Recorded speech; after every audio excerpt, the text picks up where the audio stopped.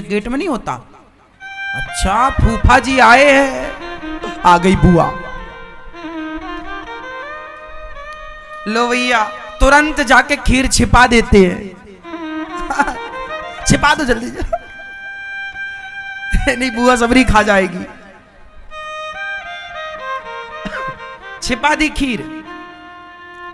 अब मेहमान आए बैठे तो आप तो इंतजार कर रहे हैं कब ये जाएं, कब हमारी खीर ठंडी हुई जा रही है।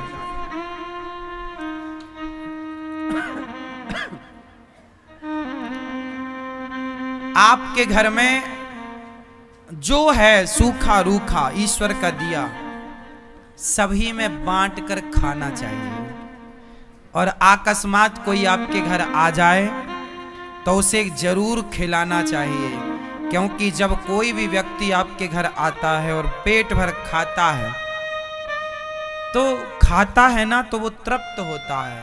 और जब किसी भी व्यक्ति को आप खिलाते हो तो खाए हुए व्यक्ति के भीतर जो ईश्वर बैठे सबके अंदर भगवान है। तो जब कोई तृप्त होता है तो मैं तृप्त नहीं होता, आप तृप्त नहीं होते, व्यक्ति तृप्त नहीं होता, व्यक्ति के भीतर बैठे हुए परमात्मा ही सदा तृप्त होते हैं। और ईश्वर की तृप्ति ही आपकी और हमारी तृप्ति होती है। इनडायरेक्ट ईश्वर आपके द्वारा ही खाते हैं।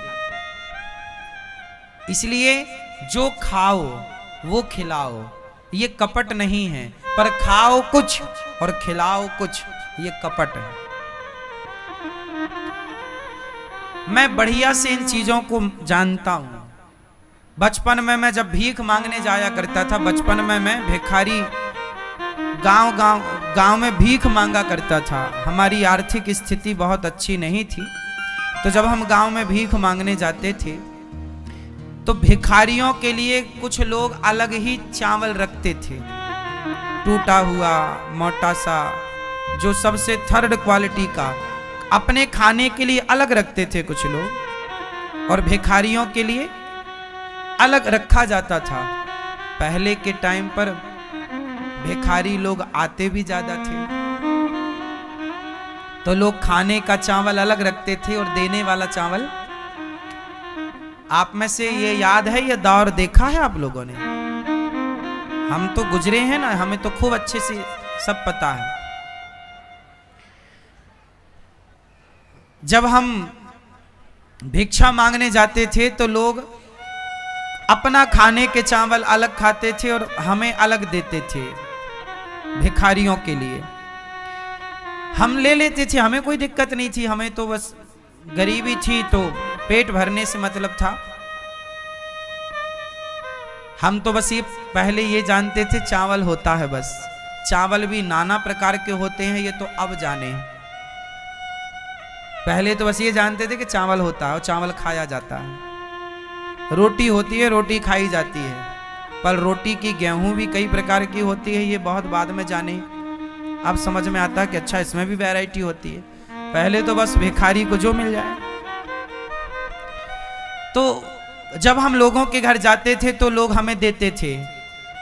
किसी के घर जाएं तो वो बिल्कुल टुकड़े टुकड़े वाले चावल, किसी के घर जाएं तो मोटे चावल लेके के आते थे, और उसी की खिचड़ी बनाया करती थी माँ। कभी चावल, कभी खिचड़ी, कभी कुछ खाते थे भोग लगा के भगवान जी का। लेकिन मन में एक भाव था, हम देखते थे ना लोगों के घर, देखो बच्चे थे, गांव में जाके बैठना उठना खेलना, उन्हीं के घर में जाके खेलते थे उन्हीं के बच्चों के संग, और उन्हीं के घर जाके भीख भी मांगा करते थे।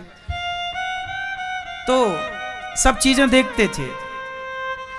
तो हमने तब मन में भाव रखा था कि ये कभी भगवान हमें इस लायक बनाएंगे तो ये कपट हम नहीं करेंगे, जो हम खाएंगे वही खिलाएंगे। इसलिए गौरी गोपाल आश्रम में जो हम स्वयं खाते हैं वही आप सबको भरपेट भोजन मिलता है। यदि हम कुछ खाएं और आपको कुछ खिलाएं तो वो कपट हो जाएगा।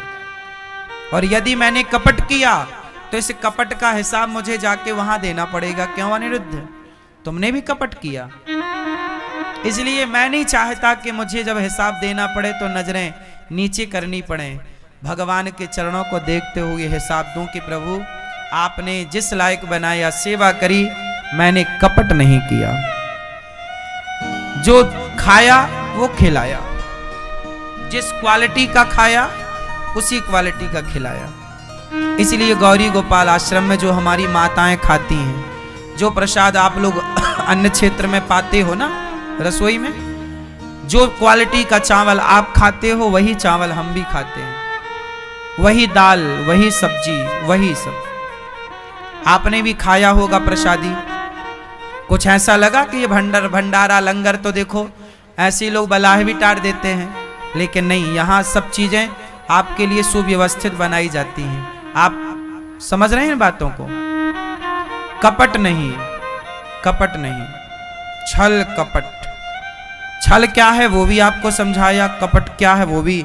इसलिए इन चीजों से बचिएगा, क्योंकि आप देखें ना देखें, हम देखें ना देखें, आप वृंदावन आते हैं ना, तो आप ये थोड़ी देखते हैं कि किस क्वालिटी का चावल गौरी गोपाल आश्रम में मिल रहा है। आप तो प्रसाद की भावना से पाते हैं, लेकिन ये तो मेरा धर्म है ना कि मैं आपको अच्छे से अच्छा खिलाऊं, आपकी अच्छे से अच्छी सेवा करूं। ये तो मेरे से सवाल होगा ना कि जब मेरे भगवान पूछेंगे कि जब वृंदावन मेरे भक्त आए तो तुमने उनकी किस तरह से सेवा की, क्या खिलाया, ये तो मेरे से सवाल होगा, जवाब मुझे देना पड़ेगा। इसलिए आपसे भी एक सवाल होगा कि आपने अपने भाई के साथ, अपनी पत्नी के साथ, बच्चों के साथ, पिता के साथ, माता के साथ, समाज के साथ कितना आपने छल किया, कपट किया, क्यों किया, क्या जरूरत थी? आज बहुत सारे लोग अपने बाप के साथ कपट करते हैं। बहुत सारी बहुएं अपने बच्चे के लिए बादाम का हलवा बनाएंगी, अपना बादाम का हलवा खाएंगी, और बूढ़ी सास को बासी रोटी पकड़ा देंगी। बूढ़ी अम्मा, बूढ़ी सास, बूढ़ा ससुर, उसे भरपेट कुछ लोग भोजन नहीं देते, निकाल देते हैं, चलो हमारे घर में जगह नहीं है। बेटा, कितने बच्चों ने अपने माँ बाप को घर से निकाल दिया, ना निकाला होता तो ये वृद्धाश्रम बनाने की क्या जरूरत थी? तो ये कपट ही तो है कि जिस माँ ने आपकी तेल मालिश करके, पढ़ा लिखा करके योग्य बनाया, आपने उसी माँ को घर से निकाल दिया जिस माँ ने आपको चलना सिखाया। तो आपने अपनी माँ के साथ क्या किया? आपने अपनी माँ के साथ छल भी किया और कपट भी किया। हाँ या ना? ये बहुओं को लगता है कि हमें सास की सेवा ना करनी पड़े। अरे ये तुम्हारा धर्म है। सास घर की बूढ़ी स्त्री है, बूढ़ों का सम्मान, पेट भर रोटी देना। मंदिर क्या है? घर के बूढ़े ही चलते फिरते भगवान हैं, उनकी सेवा करो, उन्हें प्रसन्न रखो, उनकी दो बातें बर्दाश्त कर लो, यही ईश्वर की सबसे बड़ी पूजा है। और कौन सी पूजा है? तुम क्यों पत्थर पूजते रहते हो? कबीरदास जी कहते हैं कि पत्थर पूजे हरि मिलें, तो मैं पूजूं पहाड़, तासे तो चक्की भली जो पीस खाए संसार। तुम्हें पत्थर ही पूजने हैं तो पहाड़ की पूजा कर लो। चक्की, तुम्हारे घर में जो गेहूं पीसने की चक्की होती थी वो पत्थर की होती थी, उसकी पूजा कर लो। पर पत्थर की पूजा करना उद्देश्य नहीं है। उद्देश्य है, पत्थर तो खाता नहीं है, पीता नहीं है, पर तुम्हारी माँ खाती है, पीती है, तुम्हारा बाप खाता पीता है। जो खाता पीता है उससे कोई देता नहीं है, और जो नहीं खाता उसके सामने लड्डू 56 भोग परोसे जा रहे हैं। इसका मतलब ये मत समझ लेना कि मूर्ति पूजा नहीं करनी चाहिए। मूर्ति पूजा करनी चाहिए। हम हिंदू हैं, हम हिंदुओं का परिचय है ये कि जो हिंदू पत्थर की पूजा करता होगा, जो पत्थर को पूजता होगा, वो इंसानों को किस तरह से पूजता होगा। ये उपमा है। ये क्या है? उपमा है कि जो पत्थर को पूजता होगा वो अपने माँ बाप को किस तरह से पूजता होगा। लेकिन अब कौन समझाए ये दुनिया वालों को कि आजकल के लोग पत्थर ही पूज रहे हैं, माँ बाप को नहीं पूज रहे हैं।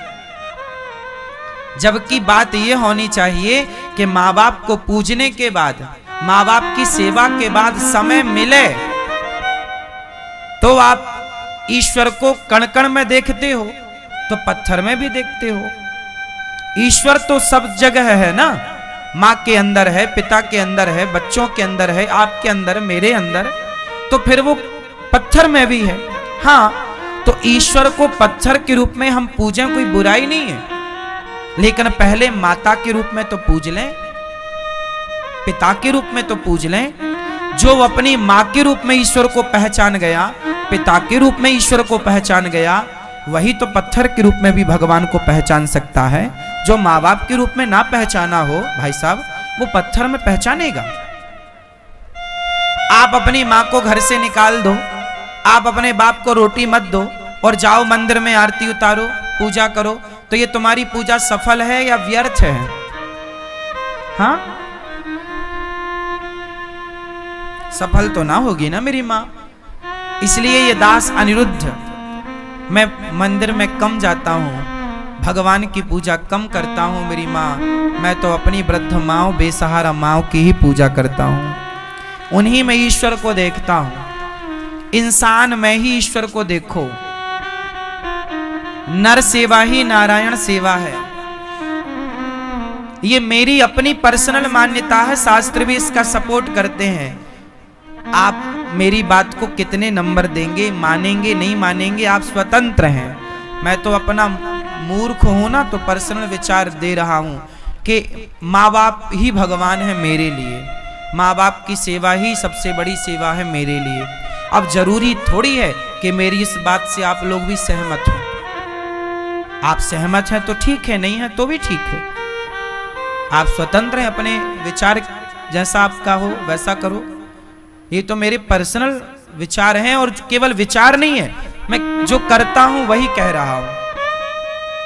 नवरात्रि आई तो बताओ पहली वो कौन सी देवी है जो उस नवरात्रि में पूजने के योग्य है?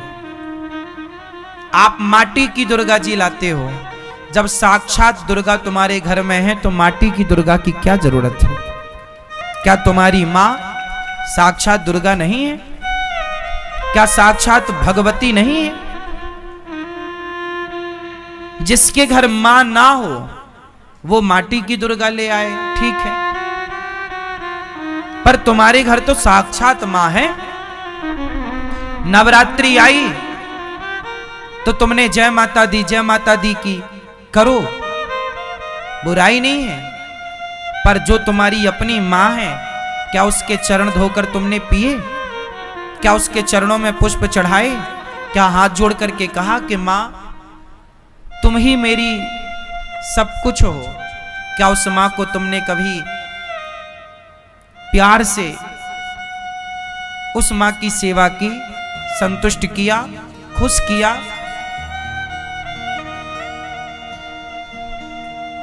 कहावत है, हमारे गांव में कहावत बोली जाती थी, वो कहावत बड़े बुजुर्गों ने बहुत सोच समझ के बनाई।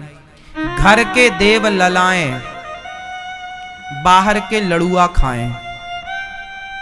घर के देव ललाएं, बाहर के पूजा मांगे। क्या मतलब है इस कहावत का? भैया बताओ क्या मतलब है इसका?